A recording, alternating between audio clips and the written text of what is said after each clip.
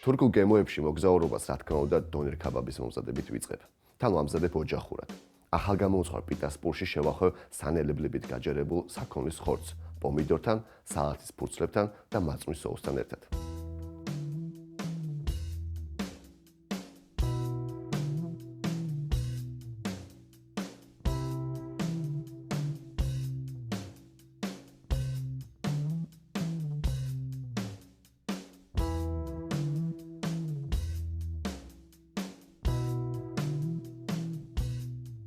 ვამზადებ დონერს, ერთ-ერთი ყველაზე ცნობილი კერძი თურქული სამზარეულოდან. დონერის რეცეპტი არსებობს მრავალნაირი, მე გასწავლით თუ როგორ მოვამზადოთ მარტივად ოჯახურ პირობებში. პირველ რიგში დავიწყებ ცომის მოზელვით. გვჭირდება დაახლოებით 2 ჭიქა წყალი. პირველ რიგში დავასხავ ცოტა წყალს, საფუარი რო გავხსნა. საფუარი გვჭირდება 1 კარგი სუფრის კოვზი, მალე რო ამოვიდეს. კარგად უნდა გავხსნა. ამიტომ უნდა იყოს წყალი აუცილებლად ცოტა თბილი, მარტივად რო გაიხსნა საფუარი. აქვე საფუართან ჩავაყრე მარილს, გემოვნებით. მარილსაც კარგად გავხსნი. როგორც კი საფუარი და მარილი გაიხსნება, დავაყრე ქვილს. დაახლოებით 400 გრამს. და კარგად დავიწყებ ამოზილვას.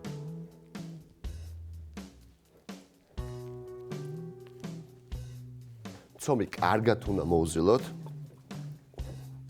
დონერისთვის პიტას ცომი თითქმის მზად არის. მივცემ ლამას გუნდის ფორმას, გადავახვევ პლასტიკში და დაველოდები, სანამ კარგად არ ამოფულდება. ალბათ ყველას გინახავთ, როგორ მზადდება დონერი. იგება შამფურზე, ტრიალებს და იწვება ცეცხლზე. მე მოვამზადებ მარტივს ოჯახურ პირობებში. მაქვს მე გატარებული საქონლის ხორცი. დონერი მზადდება ძირითადად თურქეთში ცხლის ხორცისგან. აქ მაქვს მე 9 კილო საქონლის ხორცი. შევაზავებ შავი პილპილი, ორეგანო, დაახლოებით 1 ჩაის კოვზი, 9 ჩაის კოვზი წითელი ცხარე წიწაკა, როზმარინი, 1 ჩაის კოვზი ხმელი ხახვი, ასევე ხმელი ნიორი. 1 კვერცხი, მარილი გემოვნებით, ცოტა ოდენი ფქვილი, დაახლოებით 1 ჩაის კოვზი და კარგად უნდა ამოვზილოთ. ყველა სუნელი თანაბრად რო იყოს გადანაწილებული გატარებულ ხორცში, მივცემ გუნდის ფორმას, გამოვაცხობ, დავასვენებ და ისე დავჭვი.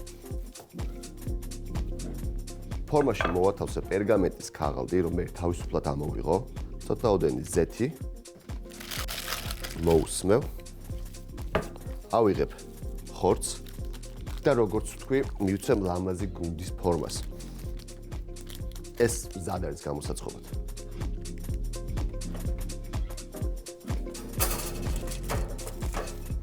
$180 გრადუსი დაახლოებით 40 წუთით.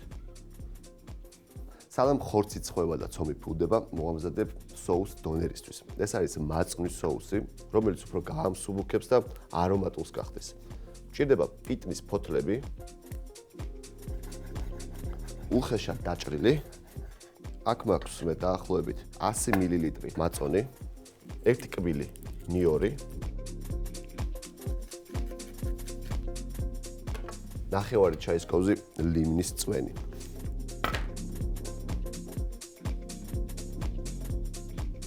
კარგად ამოურევ, გავაჩერებ 15-20 წუთით და დონერისთვის მაწვნის соуსი მზად არის.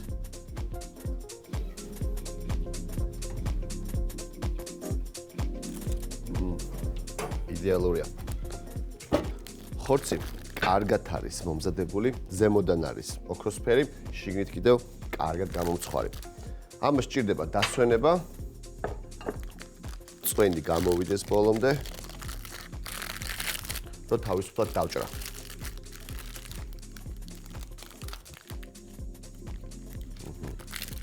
სანამ ხორცი ისვენებს, მივხედავ ცომს, ცოტა ფქვილს მოვაყრი.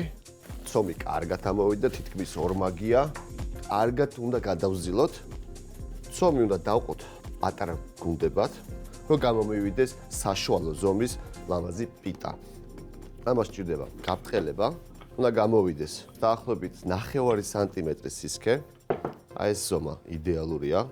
პერგამენტის ქაღალდზე მოვათავსებ და კიდევ ერთ პიტას მოვამზადებ. ზუსტად იგივენაირად ვაბრტყელებ, ვაძლევ 9 სანტიმეტრის სისქეს და ვაცხობ ხუმელში.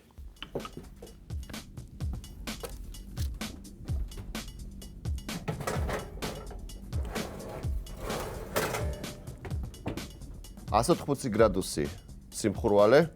ამას სჭირდება დაახლოებით 5-7 წუთი.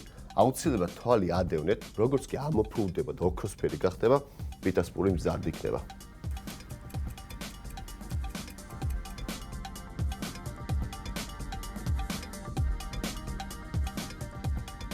პურს გადმოვიღებ თეფშზე და დავიწყებ ბოსტნეულის დაჭრას. სჭირდება პომიდორი და ხახვი.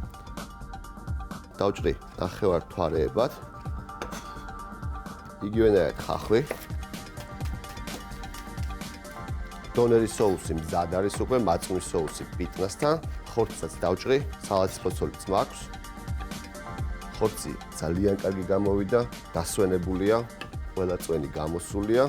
შეგვიძლია უბრალოდ ესე დავასლაისებთ. ზუსტად ლამაზი დონერის სლაისები გვაქვს. პიტას პური უნდა გავჭრათ ნახევრამდე. მივცეთ ესეთი კალათის ფორმა თითქოს. ავიღოთ соуსი. სალათის ფოთოლი. ამოვტენოთ კარგად. მოვათავსოთ ხორცი. პომიდორი. ცოტაოდენი ხახვი, გემოვნებით. ლიმონის წვენი და ისევ მაწვნის და პიტნის соуსი. თურქული დონერი მზად არის. მეორეც იგივენაა, აბსოლუტურად.